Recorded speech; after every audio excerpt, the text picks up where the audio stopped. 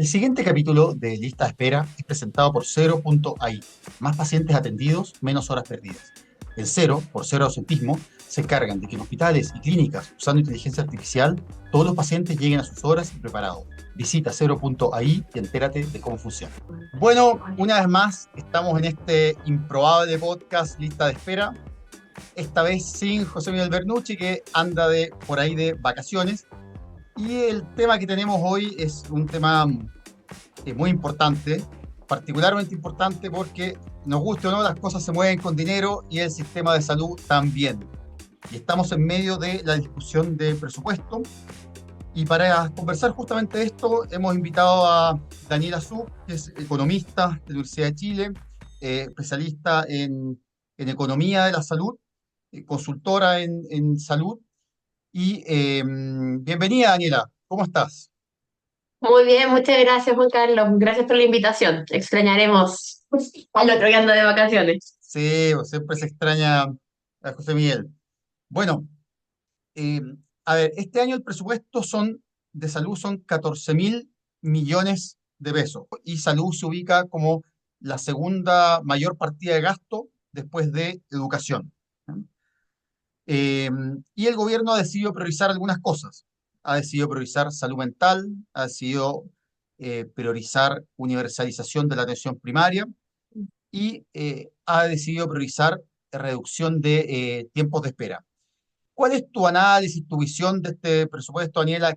¿Qué es lo que opinas de las prioridades que se han asignado? ¿Están bien asignados los recursos o no? ¿Hay otras cosas que se podrían hacer para mejorar lo que podemos hacer con este dinero?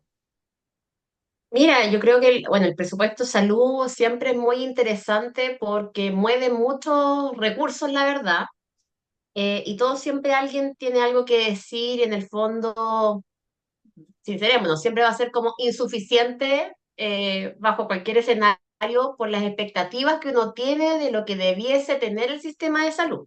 ¿Ya? Esta es una historia repetitiva, la verdad. Aumenta bastante en términos porcentuales, siempre se trata de hacer un esfuerzo mayor en el presupuesto de salud, porque hay muchas necesidades y porque tienes un permanente cierre de brecha, ¿ya? Entonces, el presupuesto 2025 se ha indicado un crecimiento de un 4,2, que es la cartera que más crece en términos porcentuales comparativamente con todo el presupuesto del gobierno central, ¿no es cierto? Que igual hay una estrechez financiera, entonces igual se nota la prioridad en salud en términos de lo que se puede hacer presupuestariamente. Ahora, en términos de las prioridades, últimamente yo tengo sentimiento encontrado, ¿ya? La verdad, me da susto que sigamos tratando de dar servicios nuevos de salud cuando no tienes solucionado o no estás entregando la calidad y cantidad suficiente de lo que ya prometiste dar. Entonces, por eso tengo un sentimiento encontrado con respecto a las prioridades, porque salud mental sí, sumamente importante en el tiempo vigente. No obstante lo anterior, tengo otras brechas que todavía no resuelvo. Entonces, ¿cómo sigo creciendo por un lado y cuando tengo hoyos por otro? Y en el tema de universalización, aun cuando tenemos claro que la atención primaria de salud es lo central de un sistema, todo desde el gobierno central es lo más fácil de gestionar, porque es delegado en su gran mayoría. Entonces, el tema de la APS universal, nosotros recién con la Comisión Nacional de Evaluación y Productividad hicimos un análisis de las recomendaciones que tenían sobre la atención primaria y aprovechamos ahí obviamente de ver el tema de universalización.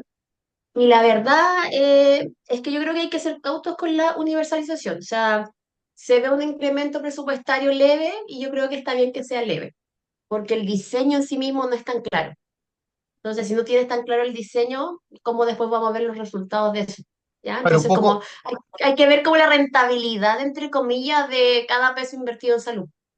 a ver, hay un poco para entender, para que las personas, para poner en contexto, una de las cosas a las que se le destina mayor recurso es ampliar en la que un incremento es universalizar la atención primaria, que significa que no en todas, hay comunas en el fondo donde, por ejemplo, existen afiliados a ISAPRE y no hay, por ejemplo, prestadores de ISAPRE. Entonces, inicialmente lo que se buscó con este programa, que era un plan piloto financiado con apoyo del Banco Mundial, lo que se buscó es justamente que en todas las comunas, que toda la población, independiente de su seguro, pudiera estar cubierta por la atención primaria.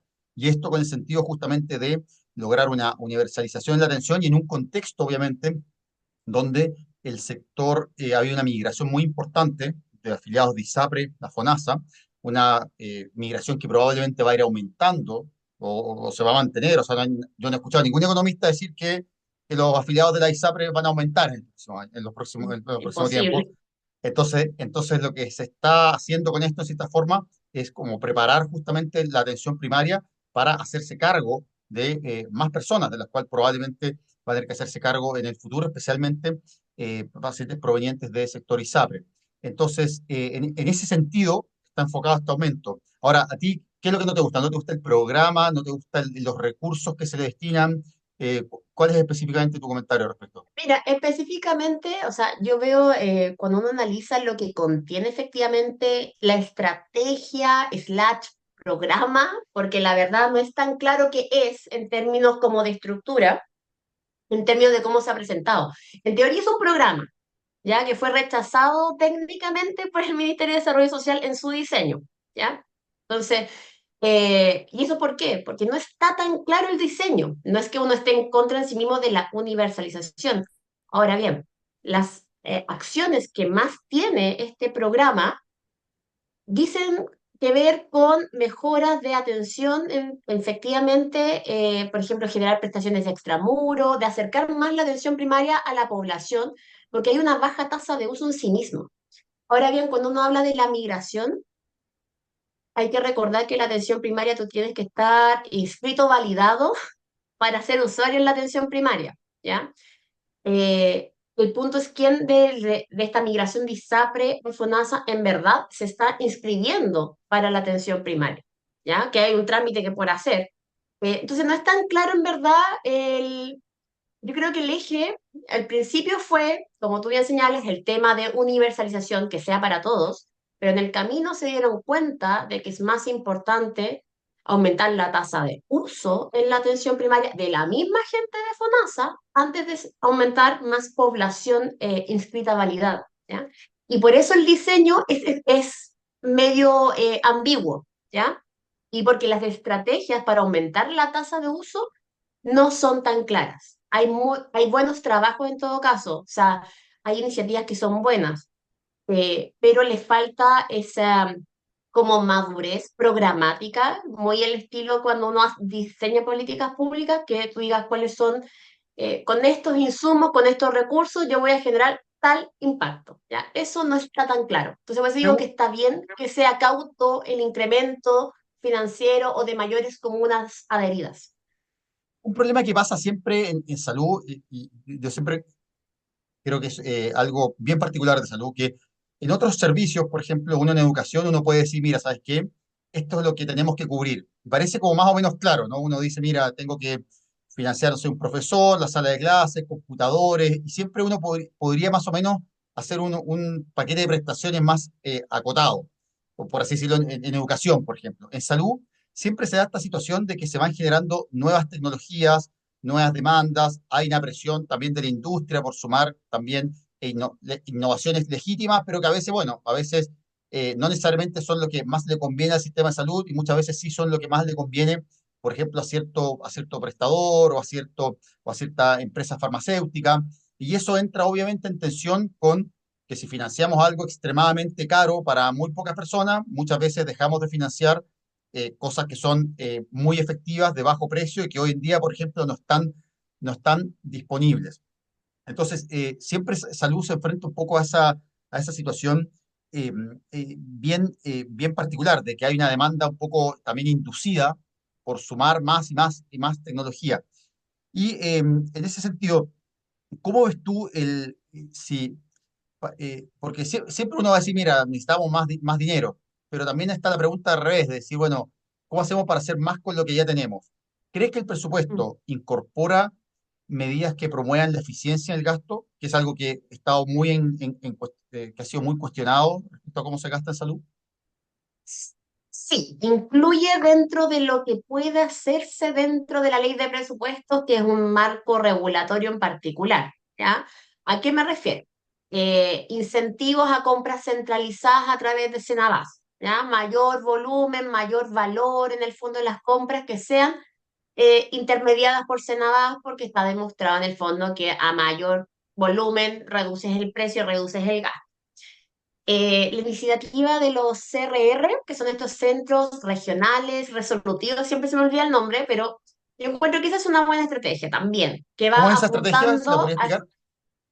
Mira, esta estrategia lo que busca es generar mayor ambulatorización de la actividad y genera un esquema de trabajo basado en indicadores, ¿ya? Entonces, por ejemplo, se juntan todas las semanas a discutir si cumplieron o no cumplieron con los indicadores de procesos, por ejemplo, o de procedimientos, y ahí mismo se identifica por qué no los cumpliste. Y pueden haber cosas muy básicas. Y ahí, entonces, en esas reuniones que son como de metodología ágil, aplicadas al sector salud, están destrabando temas de gestión, ¿ya?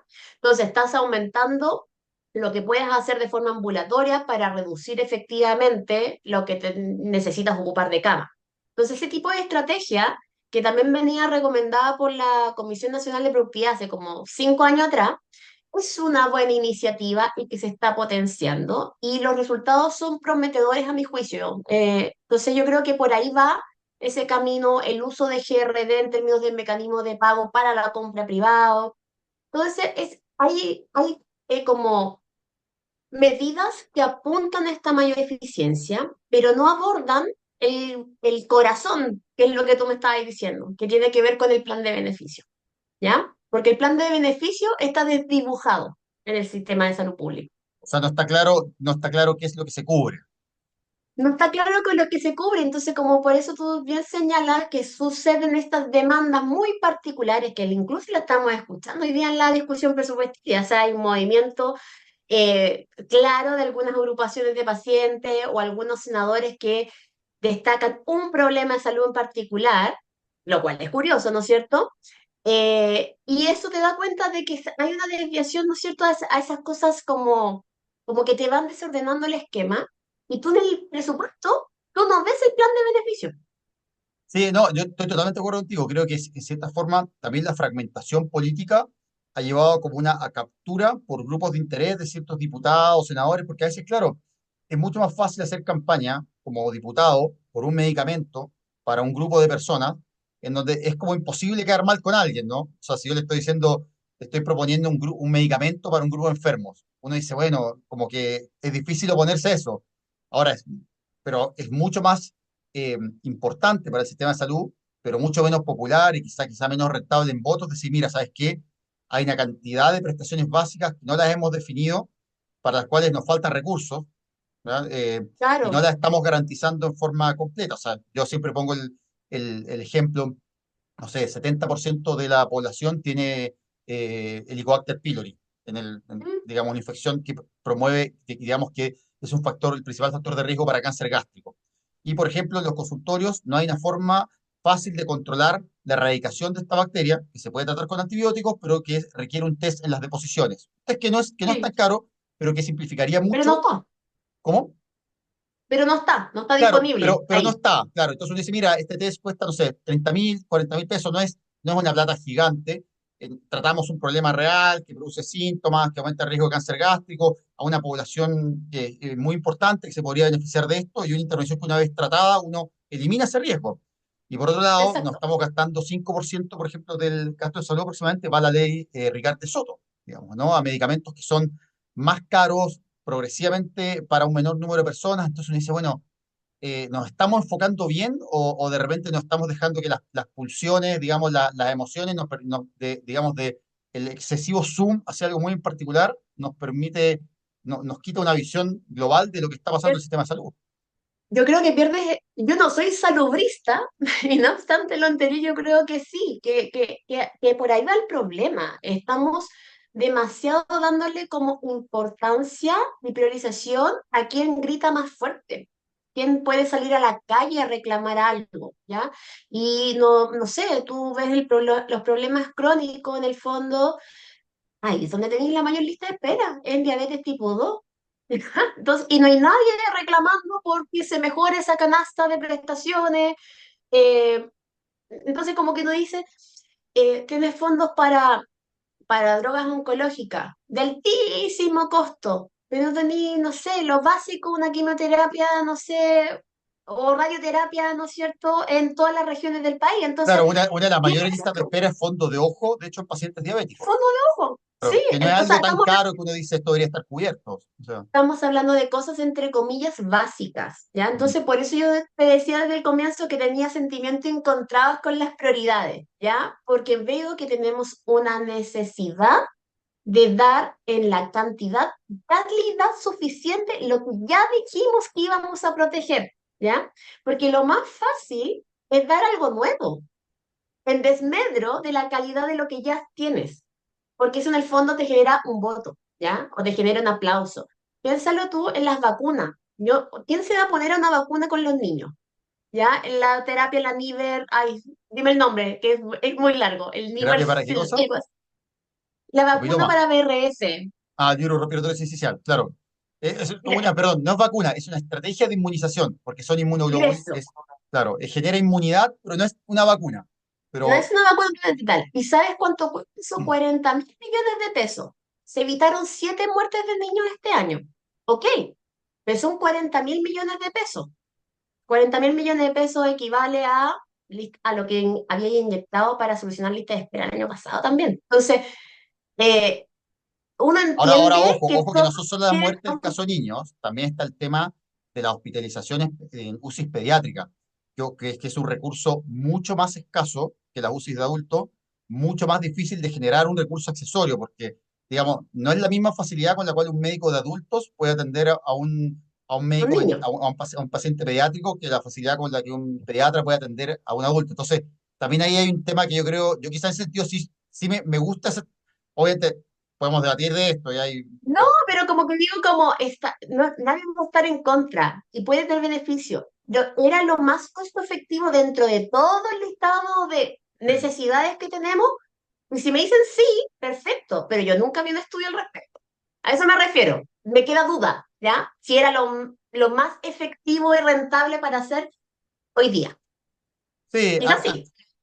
sí, ahora, en general, sí, creo que en general las estrategias de inmunización en general niños suelen ser a largo plazo muy rentables, porque uno ahorra mucha, porque en el fondo hay años de vida, son niños, ¿no? Obviamente una persona que le queda mucho por delante. Entonces, suelen ser estas intervenciones que actúan muy precozmente, que salvan una vida o que impiden discapacidad por muchos años, suelen tener como elevada rentabilidad. Pero entiendo tu punto. Ahora, te quería llevar a otro tema. 54% del gasto va a gasto personal. Entonces uno dice, el gasto de personal es importante, obviamente sabemos que la salud son personas, son doctoras, doctores, enfermeras, enfermeros, eh, pero ¿crees que ahí faltan incentivos para mejorar la productividad? Porque muchas veces, por ejemplo, tú mencionabas este informe de la Comisión de Productividad y se habla mucho ahí de que faltan incentivos para, para aumentar la productividad. ¿Cómo ves tú ese problema?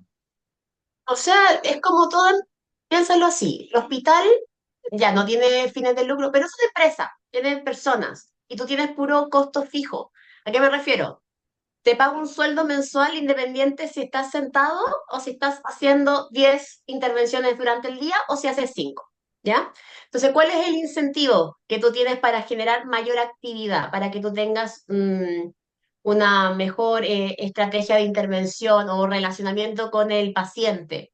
Ninguna. En el fondo, todos funcionamos con incentivos, que está bien, al principio tu sueldo está perfecto, y como todos en nuestra vida, cuando tú tienes el mismo sueldo por mucho, mucho tiempo, tú dices, puedo hacer menos y no pasa nada, Mm. ¿ya?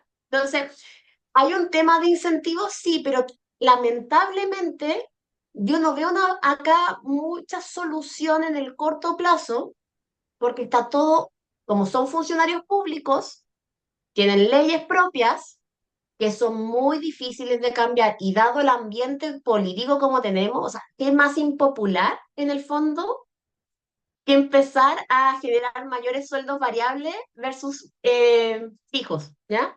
sea, lo veo súper difícil, ¿ya? Tú podrías poner efectivamente cosas adicionales, algún bono, algún incentivo por productividad, ¿ya? Quizás derivados de la mayor resolución, pero como necesitaría un cambio más profundo de la estructura, en verdad, del sector público en salud para que tú tengas un impacto mayor. Entonces yo creo que estamos ahí con un tremendo problema. De lista de espera es presentado por AI. Más pacientes atendidos, menos horas perdidas. En Cero, por cero ausentismo, se encargan de que en hospitales y clínicas, usando inteligencia artificial, todos los pacientes lleguen a sus horas y preparados. Visita Cero.ai y entérate de cómo funciona.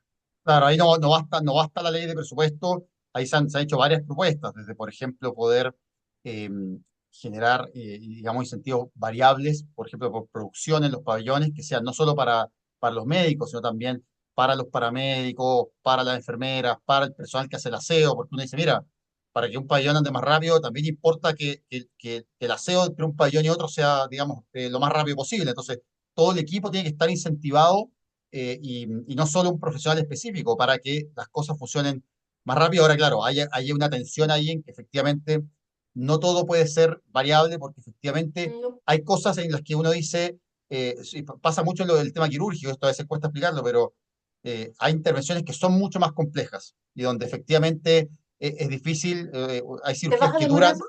¿cómo? ¿Te vas a demorar más? Y no Claro, hiciste nada malo tú, el paciente era más complejo. claro, efectivamente, por eso es importante que haya una combinación de incentivos. O sea, no todo puede ser variable, que cuando todo es variable termina pasando esto que muchas veces uno lo ve en el sector privado, que es esta idea de, mira, me voy a hacer cargo de los pacientes más simples. Uno ve, por ejemplo, algo que pasa con los pagos asociados a diagnóstico, el modelo PAT, en el sector privado, que muchas veces lo atienden a esos pacientes FONASA PAT, pero atienden solo a los que perciben que van a ser del menor riesgo posible, ¿ah? Que no se les van a complicar, que no les va a implicar como un mayor gasto, hay mucha selección. Entonces, claro, justamente hay un punto de equilibrio que yo creo que no lo hemos logrado. Tenemos un sector privado que a veces tiende mucho a seleccionar y un sector público que se queda con los pacientes más complejos, pero que tampoco tiene esa parte variable que también es importante para que se mejore Claro, la y productividad. que tú puedes generar mayor dinamismo también, en el fondo haciendo que las enfermeros, o sea, los enfermeros, los TED y todos tengan mayores atribuciones en el fondo dentro del sistema productivo, para aliviar efectivamente tu hora, voy a decir hora hombre, HH, más cara que el médico, ¿ya? Entonces, en el fondo tú también tienes que buscar fórmulas más allá de las legales, como de la remuneración, para efectivamente aumentar la eficiencia dentro del sistema. Y eso tiene que ver también cómo son las funciones y en el fondo la atribución que tiene cada persona dentro de este equipo. Y tú lo has señalado muy bien. El tema del aseo. El aseo es sumamente importante. O sea, si yo no tengo más turnos de aseo, da lo mismo si yo tengo que operar hasta las 10 de la noche si no tengo la persona del aseo. Como, da lo mismo. Oye, y te quiero ir a otro tema. Mira, hoy justamente el doctor Artaza, que aprovechamos de mandarle un saludo, un fiel seguidor de este podcast, uno de los ministros que fue clave en la creación de la última gran reforma del sistema de salud, que hubo, que fue el GES. Él escribió hoy una columna comentando que una de las cosas que él veía que era necesario era indexar el aumento del presupuesto a FONASA con relación al número de afiliados, digamos, al número de beneficiarios, ¿no? Porque hoy en día, claro, efectivamente ha habido un aumento importante del número de personas que migra a FONASA. Obviamente muchos de esos llegan con la cotización, ¿ya? Pero también sabemos que hoy en día el gasto de salud no se financia con la cotización. Sabemos que esa cotización representa aproximadamente el 30% del gasto de salud y que el otro 70% viene de impuestos. ¿Qué opinas de esas propuestas que, Mm, o la se te verdad, ocurre alguna, o ves alguna otra cosa que podríamos hacer para mejorar cómo FONASA gasta o también cómo se asigna el presupuesto a FONASA que pudiera impactar en una mejor utilización de los recursos, ¿no? Haciendo un poco más amplia la pregunta. sí, bueno, no estoy tan de acuerdo con la idea, la verdad, por cómo funciona la definición de armar un presupuesto. ¿A qué me refiero? Nosotros definimos un marco de gasto, ¿ya? Eso es lo primero. Da lo mismo si yo te digo de las imposiciones, tienes que ponerlas todas en el presupuesto FONASA, porque después yo tengo que, de alguna forma, para todo el mundo cuadrarse a lo que dice el gasto. Entonces tú tienes que ver cómo tú creces el gasto en salud, ¿ya? Porque la composición, que tiene, como tú bien señalas, una parte de las cotizaciones previsionales que no se reflejan en el presupuesto, que cae nota, no se reflejan en la ley de presupuesto en su totalidad, al contrario, ¿ya? Y el resto es aporte fiscal. Entonces, en el fondo, lo que yo veo de ingreso está construido para dar respuesta al gasto que yo estoy definiendo. Entonces, la pregunta es, ¿cuánto es el gasto? Y ahí lo que pienso es que me están diciendo es, hagamos un per cápita del gasto en salud, en el fondo, y eso es lo que debiese ser el marco de gasto. Y ahí uno podría decir, ¿sabes qué? Sí, si yo tuviera definido el plan de beneficios, lo debería construir de esa manera. Entonces Claro, la porque cambiaría la idea, ¿se entiende? perfecto. O sea, ¿no te parece bien la idea de indexar, pero en la medida que hubiera un paquete de prestaciones definido? O sea, que tuviéramos como eh, Claro, un plan claro de qué es lo que se cubre. un plan para el beneficiario y ahí yo voy a saber, ese plan me cuesta tanto en promedio por persona. Por lo tanto, eso es lo que yo debiese al menos tener en presupuesto. Bueno, El cómo se comporta el ingreso, eso es algo que hoy existe solo para los consultorios. Y de hecho, el per cápita claro, para los consultorios ahora subió en modestos 500 pesos, subió llegó ahora a 11.400 pesos el per cápita. Y de hecho, a mí me llama la atención que estamos en un 22% del gasto de salud destinado a PS, que también es algo que parece un poco, digamos, lejano de las expectativas que a veces tenemos en nuestro sistema, ¿no? Porque efectivamente parece que nuestro sistema progresivamente se está cargando más hacia el hospitalario eh, y, digamos, a pesar de los intentos, digamos, de universalizar APS, parece que siempre la parte más costo efectiva es la atención de salud, que es todo lo que es la prevención, todo lo que es los controles, o sea, todas las cosas que como que nos llenan, entre comillas, de orgullo del sistema de salud, la mayoría vienen de la APS. Las vacunas, el Chile crece contigo, eh, la reducción de la mortalidad infantil, la superación de la desnutrición, etcétera, todo viene de ahí. Entonces, ¿no te parece que quizá eh, en una perspectiva más macro, en verdad necesitamos quizá un foco más intenso hacia la atención primaria, ¿o no? es una pregunta no menor, porque sí, como la respuesta natural va a decir, obvio, los esfuerzos tendrían que estar en la atención primaria. El punto es que el reflejo financiero yo no lo veo en los presupuestos de la nación de gobierno central, porque tú tienes una atención primaria municipalizada en su Mm. gran mayoría. Por lo tanto, yo, para saber cuánto es lo que gastamos en salud de atención primaria, no tengo que ver lo que dice la ley de presupuesto, porque efectivamente ahí no está tu cordel, o sea, como tu fuerza del gasto, están los hospitales, porque los hospitales son tuyos, los hospitales son del gobierno central, son funcionarios de tu gobierno central. En cambio, todo lo otro no, y lo otro no lo ves, porque están otras cuentas. Entonces, para tener el escenario completo de cuánto estamos financiando la atención primaria, habría que ver las cuentas nacionales de salud, ¿ya? Y Ahora probablemente ahí deben ser un poco más. siendo un poco abogado del diablo, las comunas que ponen más dinero que lo que les pasa el per cápita no son muchas, porque sabemos que, o sea, No, a ver, yo no tengo la cifra exacta ahora, pero me acuerdo que efectivamente, claro, obviamente, o sea, en Chile se da mucho eso que efectivamente las comunas de más recursos, uno ve, obviamente, no es lo mismo un CEFAM en Las Condes, un CEFAM en no. Vitacura, que, Existe mucha disparidad. Por eso digo, claro, como que el foco, yo porque creo que esas va a un comunas tema son más que, capaces de poner más recursos. O sea, porque tienen más, po. Entonces lo que uno dice es que, y lo pongo así, súper así para la discusión, porque creo que son temas que no sé, mucho tiempo no se hablan, que efectivamente si tú quieres una atención primaria municipal, ¿ya? Y la quieres mantener así. Y si la quieres mantener así, y tú dices, bueno, los aportes son menos, tendría que aumentar el mecanismo de financiamiento, ¿ya? ¿Cuánto? Define, actualiza nuevamente el plan de salud familiar y dime cuánto cuesta. Entonces volvemos a la típica pregunta, que en el fondo es, ¿cuánto te doy en función de qué cosa? Y el función de qué cosa y el resultado esperado no lo tengo claro. Entonces podemos estar en esta discusión del presupuesto, 100 pesos más, 200 pesos más, no me va a mover la aguja porque no estoy actualizando el plan de beneficio y tampoco lo estoy costeando, ¿ya? Entonces yo creo que hay un problema como de construcción, ¿ya? Acá hay una negociación. O sea, vamos a lograr que se aumente el per cápita. Perfecto, aplausos. Maravilloso.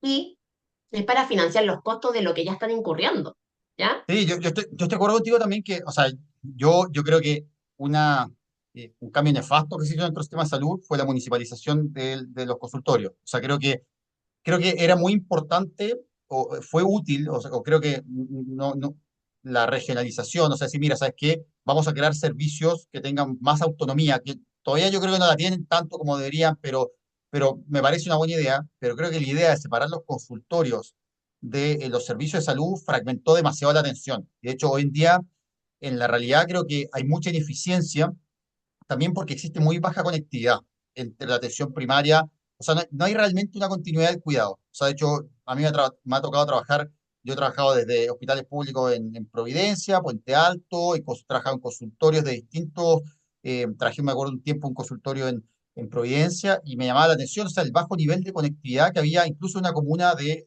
altos ingresos con su hospital. Es decir, muchas veces funcionaban, a uno le llegaba un paciente, digamos que lo habían visto en el hospital, y una, la verdad, tenía muy poca idea de qué es lo que le habían hecho. O sea, el paciente decía, sí, mira, me dio el gastroenterólogo, ya, ¿y qué examen te dio?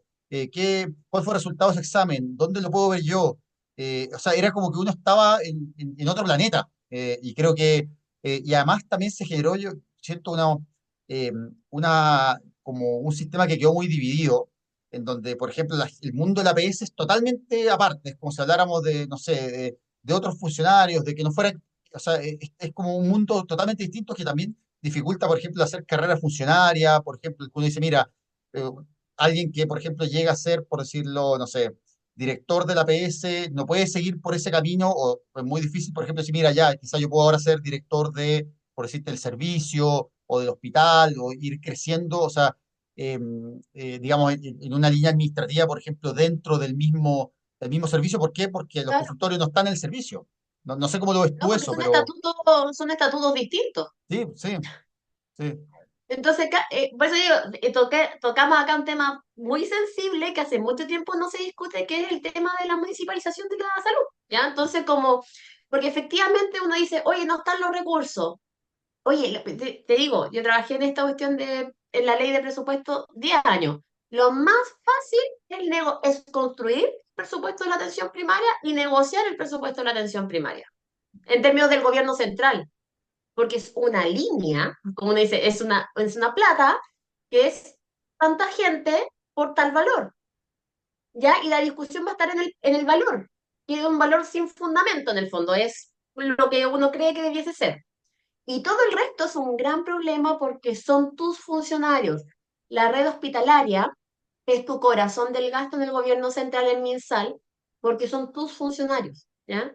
Entonces, como esa es tu responsabilidad, lo directa y lo otro es delegado. Entonces, siempre va a pasar a un segundo plano en el fondo porque no te duele tanto, ¿se entiende? Como la responsabilidad tuya en la atención primaria por construcción es menos. entiendo. Oye, ¿y ya estamos acercando al final, algún otro comentario de la ley de presupuesto, algo que te haya llamado la atención, algo que hayas echado de menos o que piensas que sería bueno cambiar? Mira, yo me quedo con un mal sabor en verdad con esta discusión presupuestaria porque podríamos hacer un rec hacia atrás, ver hacia atrás y es la misma discusión de todos los años. En lista de espera, deuda hospitalaria y que la PS tiene muy poca plata. Me gustaría que nos centráramos en verdad una discusión más como propositiva, decir, ¿sabes qué? Esto es lo que queremos tener y esto es lo que me falta para alcanzar esa meta, ya sea en cobertura, en protección financiera, que el GES esté representado de alguna forma en la ley de presupuesto para discutir efectivamente, es tu plan de beneficios, en teoría. ¿Ya? Entonces me gusta, por eso digo, como que tengo ese mal sabor en realidad porque es tan como tradicional la discusión O sea, siente que y estamos tan obvio. como el día de la marmota, que siempre El día repetimos más o menos la misma de discusión ese, y no el hacemos día de la cambios. marmota. No, Oye, o sea, en el fondo un par de lucas más para acá y para allá, pero yo cambiaría el foco a el paquete de beneficios. ¿Cuál es el plan de beneficios? Eso. oye, pregunta, ¿y la deuda hospitalaria? ¿Qué pasa? ¿Por qué existe esa deuda? ¿Por qué vemos la situación del Van Buren? ¿Qué está pasando ahí? Mira, ahí, como tú sabes, en el mundo de salud son múltiples factores los que están dando vueltas, ¿no es cierto? Son todos culpables, ¿ya? Desde el hospital en su gestión, por una parte, que no se ha hecho como esta verdadera como entendimiento de los mecanismos de pago por GRD también. Hay un tema ahí que no es menor, ¿ya? O sea, para que aplique GRD en un hospital como mecanismo, tú tienes que tener como un centro estadístico de GRD A dentro ver, de o un sea, un hospital, poco, un poco para ¿ya? explicarle a la persona, los GRD se llaman grupos Sí, relacionados a diagnóstico, se refiere a poder pagar en base a resolución de problemas, es decir, no simplemente pagar por ejemplo, una radiografía o pagar por un exacto, escáner, sino que la idea es pagar por ejemplo, un precio paquetizado por resolver una apendicitis, ¿ya? exacto, por Ahora unos el tema, si estoy bien, si quiero un poco, digamos, para que entienda la persona, es que los hospitales están comenzando a utilizar este sistema de GRD. Eso es lo que tú querías decir, ¿no? Que Claro, están. hay un tema de madurez también del funcionamiento de estos mecanismos de pago por actividad que te van a generar un desbalance, que es natural por construcción del mecanismo, ¿ya? Porque se supone que el desbalance me va a llevar a ser más productivo. Pero el punto es que yo no tengo, en el sector privado funciona porque en el fondo tienes que sacarle alguna parte de los recursos y acá paga el Estado, ¿ya? Entonces como que en el fondo no me alcanzó la plata, paga el Estado.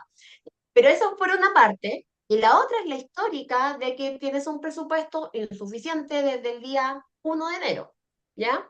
Hay un presupuesto en los hospitales que se ha tratado de la palabra más, más usada de la historia, que es normalizar presupuesto, que nunca lo normaliza, porque en el fondo siempre estoy desfasada.